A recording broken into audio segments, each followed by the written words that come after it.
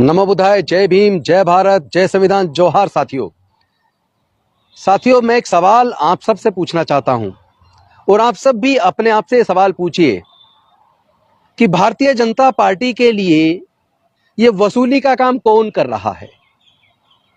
सीधा सीधा जवाब है, ऐसी 41 कंपनियां जिनके खिलाफ सीबीआई, ईडी या इनकम टैक्स ने कार्रवाई शुरू की और कार्रवाई शुरू करने के बाद उन 41 कंपनियों ने भारतीय जनता पार्टी को 2471 करोड़ के करीब रुपया दान दिया, डोनेशन दिया, इलेक्ट्रल बॉन्ड के माध्यम से।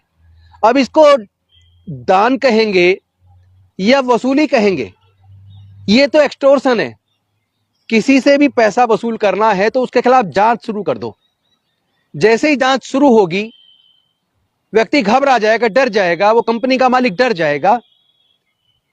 और डर से बचने का रास्ता है कि भारतीय जनता पार्टी को चंदा दो, साथ में धंधा लो और अपने खिलाफ जांच को बंद करवाओ। जिस तरह हम देखते हैं ना, मुंबई के अंदर हम लोग देखते थे बड़े बड़े माफिया प्रोटेक्शन मनी लेते थे, बड़े बड़े सेठों से, बिल्डर्स से प्रोटेक्शन मनी के नाम पे वसूली करते थे। आज भारतीय जनता पार्टी प्रोटेक्शन के नाम पर वसूली कर रही है।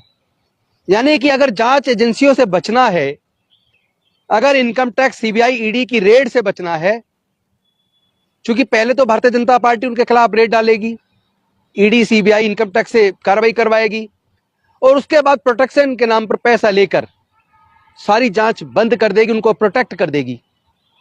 और साथ ही साथ ये तो हुआ उन कंपनियों के मालिकों के साथ या पूंजीपतियों के साथ, लेकिन जो राजनीतिक लोग हैं उनके खिलाफ जांच शुरू होगी। लेकिन जैसे ही वो भारतीय जनता पार्टी ज्वाइन करेंगे, वैसे ही उनके खिलाफ जांच बंद हो जाएगी और वो पाक साफ हो जाएंगे।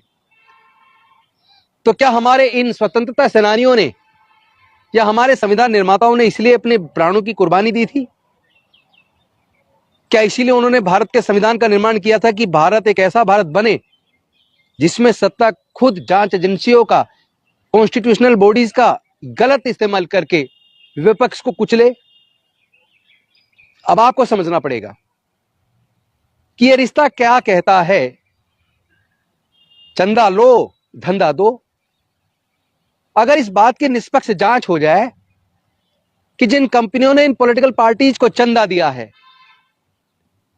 और वो पॉलिटिकल पार्टी जो सत्ता में है, उस चंदे के बदले में कितने लाखों करोड़ों का धंधा उन बड़ी बड़ी कंपनियों को इन सत्ताओं ने दिया है, अगर इसकी जांच हो जाए। लेकिन जांच करेगा कौन? जिसके अधीन ये जांच एजेंसी आती हैं। अगर वो खुद ही वसूली कर रहा है तो उसके खिलाफ जांच कौन करेगा? किसमें इतनी हिम्मत है? लेकिन याद रहे, भारत के लोग बेवकूफ नहीं है, वो सब जानते हैं, सब समझ रहे हैं और एक दिन भारत के लोग ही इनको जवाब देंगे।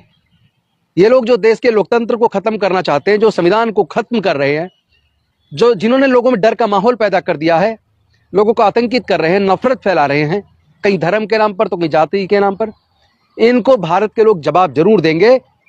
क्योंकि भारत के लोग जानते हैं लोकतंत्र को बचाना और संविधान को बचाना हम सब की प्राथमिकता है। तो साथियों, एकजुट होइए और मिलके न्याय की इस लड़ाई को, देश के लोकतंत्र और संविधान को बचाने की इस लड़ाई को मिलके लड़िए, तो आपकी जीत होगी, देश जीतेगा, भारत जीतेगा और विरोधी ताकतें जो देश को कमजोर करना चाहती है वो हारेंगी। बहुत बहुत धन्यवाद। नमो बुद्धाय। जय भीम, जय भारत, जोहार।